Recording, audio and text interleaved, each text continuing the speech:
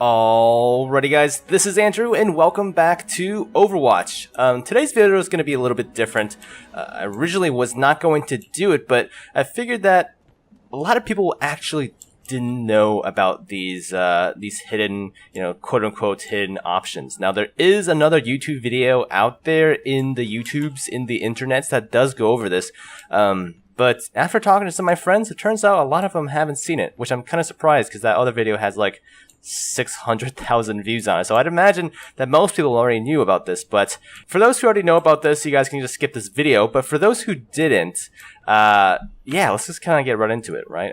So what I'm talking about are certain options that are hero specific. Now, not every hero has one, and but it's not even really that game changing. I'll tell you the ones that are kind of the most game-changing to me, but just to kind of go over some of them here. Bastion does not have any, so you'll see it here in the settings under controls, and you can kind of click around. Diva does not have any. Genji does. Now you can see I actually changed it already, and I'll have that asterisk, but once you take that away, it does not. So Genji says automatically climb walls. You can turn that on and off, and what that means is essentially, if you want to roll, you kind of have to hold down shift, right? But with that option on, or is it off? On, you basically can just run up walls without holding it down. So it's kind of handy. Though I don't really know much like how useful it is, just because it's like, I don't really use my thumb outside of just hitting the spacebar anyways, so it's not really tying me down, nor is it freeing me up by having it automatic. So, I don't know. It's kind of personal preference, like I said. Hanzo and Junkrat also have similar options. Hanzo also can wall runs or wall climb, whatever, so he has that going for him. Junkrat can't wall climb, but his Riptire can. Same kind of thing here, guys. Next up, we have Lucio. This one I actually don't like that much. Hold to crossfade. There you go. Crossfade on. And so it's going to default to healing. And what you have to do is essentially hold down shift to toggle your speed boost. I'm not a huge fan of this, just because it's like, I feel like it's tying down my fingers. The idea, I guess, the argument for this is that, that way you can't, like, forget not to heal by default. But for me, I play a little bit more aggressively with Lucio, so it really takes away from my movement. Like, I'll tell you exactly what I mean. Gosh, I keep messing this up. All right, Lucio. So having this off allows you to strafe side by side pretty easily, right? Lets me hit that A key. Whereas if I had it where I had to put down my fingers on shift, it feels a little bit more awkward. I would have to use my pinky, and it's just kind of weird. I don't know. Maybe it's different for you guys, but just for me, I just can't learn new tricks. At least with Lucio.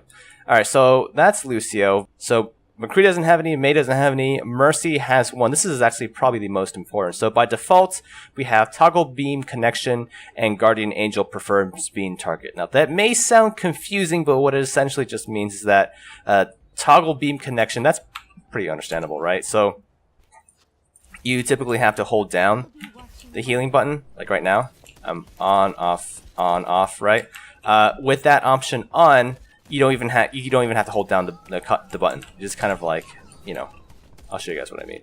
And then the other option is essentially using Guardian Angel, which is her little fly ability that allows her to fly to allies. I'm gonna reverse these. So here, this is toggle. Kind of see how easy it is. And then the prefer option for Guardian Angel. So what happens is, if you're healing someone, you can actually hop to someone else. Because by default, you can't actually do this. So I'll show you guys right now. With this on, which is default. You're healing someone, you will jump to this person. Which, it depends on your personal preference.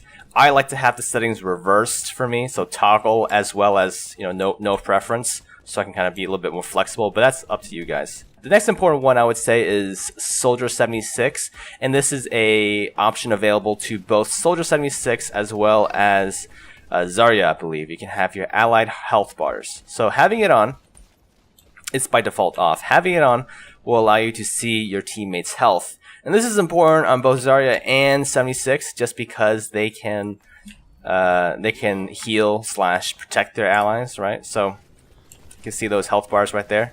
And Zarya gets basically the same kind of thing. So the last one that I really want to touch on is Widowmaker. And Widowmaker has a toggle zoom ability. I don't like toggle zoom, but some people do. But what's way more important is relative aim sensitivity while zoom. So you can actually change your scoped in sensitivity.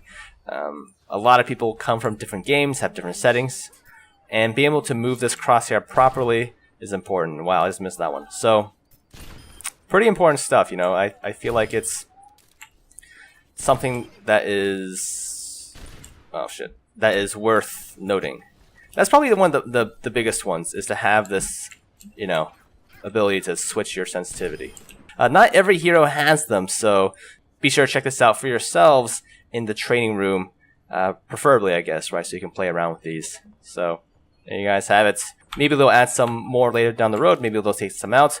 But for now, guys, that's all I have for you today. And yeah, until next time, guys, I'll see you in the next one.